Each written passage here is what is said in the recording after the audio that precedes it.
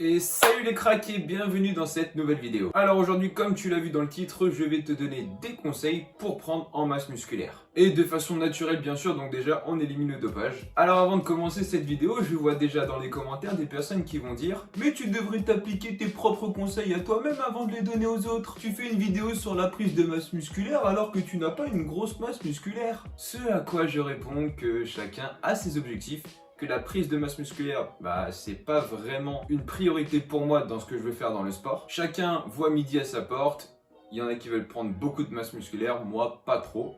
Chacun ses choix. Bon, on a clos cette parenthèse, maintenant on commence la vidéo. Alors, en musculation et plus largement dans le monde du sport, la prise de masse musculaire s'appelle l'hypertrophie. Donc si tu entends parler d'hypertrophie quelque part, maintenant tu sais à quoi ça fait référence. Donc c'est tout simplement un gain de muscle. Alors contrairement à ce qu'on pourrait penser, quand on prend de la masse musculaire, on n'augmente pas le nombre de fibres musculaires, mais bien la taille. Quand tu vas faire un effort, tu vas casser ces fibres musculaires, tu vas créer des micro-lésions. Et avec la récupération, ces fibres vont se recoller entre elles, mais elles vont grossir. En gros, ton corps va se préparer aux prochains entraînements. Il va se dire, ah tiens, la dernière fois j'ai subi ça, alors je vais modifier le muscle, je vais le faire grossir la taille des fibres pour pouvoir encaisser plus facilement l'entraînement. En gros, ton corps apprend et s'adapte. Donc très grossièrement, à âge égal, à taille égale, ce type-là a autant, en termes de chiffres, de fibres musculaires que ce gars-là. C'est juste qu'elles sont moins grosses, moins développées. Et donc concrètement, comment on fait pour prendre de la masse musculaire? Alors il y a 3 grands facteurs pour réussir. Il y a tout d'abord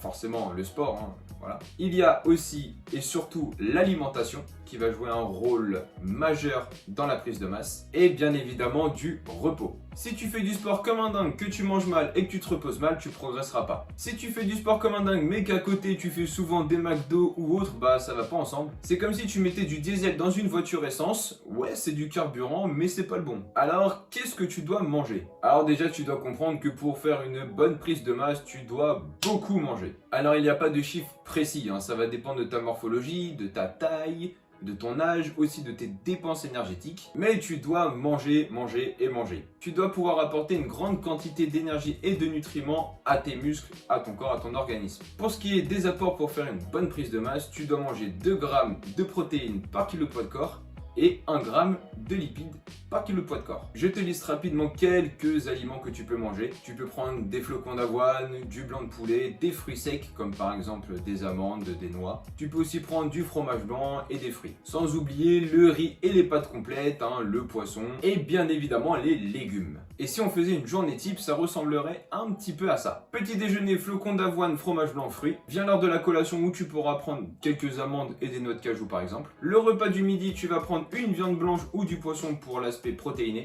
des légumes ou du riz ou des pâtes complètes. Tu auras une autre collation vers 16h, donc là tu prends ton petit goûter. Et vient l'heure du dîner où là aussi tu vas respecter la règle des 3 tiers. Un tiers de protéines, un tiers de légumes et un tiers de féculents. Alors j'ai cette question aussi qui revient très souvent, est-ce que je peux prendre de la whey, donc un shaker de whey de protéines en poudre, pour pouvoir progresser, prendre de la masse musculaire? Alors j'ai tendance à dire oui et non à la fois. Si pendant ta journée tu as les apports en protéines suffisants pour faire une bonne prise de masse, ça sert à rien d'en rajouter. Par contre si tu galères parce que t'as pas tout le temps de la viande blanche, pas tout le temps du poisson ou autre, là oui ça peut être un complément. D'ailleurs ça s'appelle un complément alimentaire. Ça vient compléter ton alimentation, ça ne remplace pas un repas. Ça, jamais. Donc si tu es en déficit, oui, tu peux prendre de la whey, ça va pas te faire de mal et ça peut t'aider à faire de la prise de masse. Alors maintenant, on passe à la partie sport. Donc tu peux faire du poids du corps. Il y a plein de sports où les mecs se développent bien physiquement avec des belles masses musculaires en faisant du poids du corps. Maintenant, on va pas se mentir, si ton objectif c'est vraiment de prendre de la masse musculaire,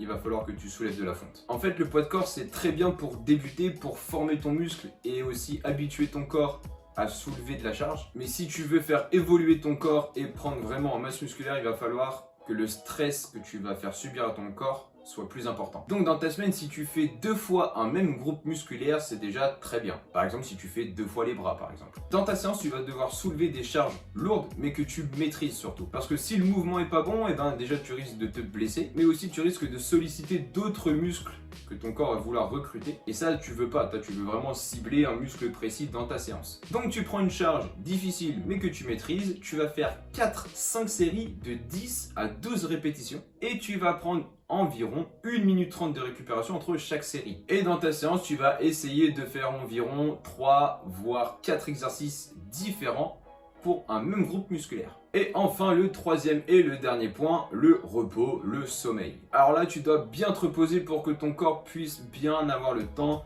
de bien reconstruire ses fibres. Alors évite de faire un même groupe musculaire 2 jours d'affilée. Par exemple, le lundi, si tu as fait les bras, tu vas pas les refaire le mardi. Tu vas plutôt faire le mercredi ou jeudi ou après. N'oublie pas que tu vas casser des fibres musculaires. Donc si tu les casses et que le lendemain, c'est un petit peu reconstruit, tu vas recasser derrière, tu vas vraiment, tu vas faire mal en fait.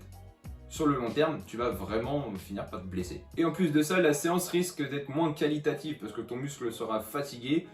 Donc tu vas soulever peut-être moins lourd ou moins de fois. Et comme je l'ai déjà assez répété dans plusieurs vidéos, tu dois aussi bien dormir, c'est vraiment super important. De préférence avant minuit pour libérer la sainte hormone de croissance, qui comme son nom l'indique, va favoriser la croissance de ton muscle. Et voilà, cette vidéo sur les conseils sur comment prendre de la masse musculaire est maintenant terminée, j'espère qu'elle t'aura plu. N'hésite pas à me dire dans les commentaires si tu veux une vidéo par exemple 24 heures, comment prendre de la masse musculaire au niveau de l'alimentation, que je te montre concrètement ce que tu peux manger, les quantités environ bien sûr, de ce que tu peux manger. Si cette vidéo t'a plu, n'hésite pas à me laisser un petit pouce bleu, à t'abonner si ce n'est pas déjà fait, et je te dis à la prochaine!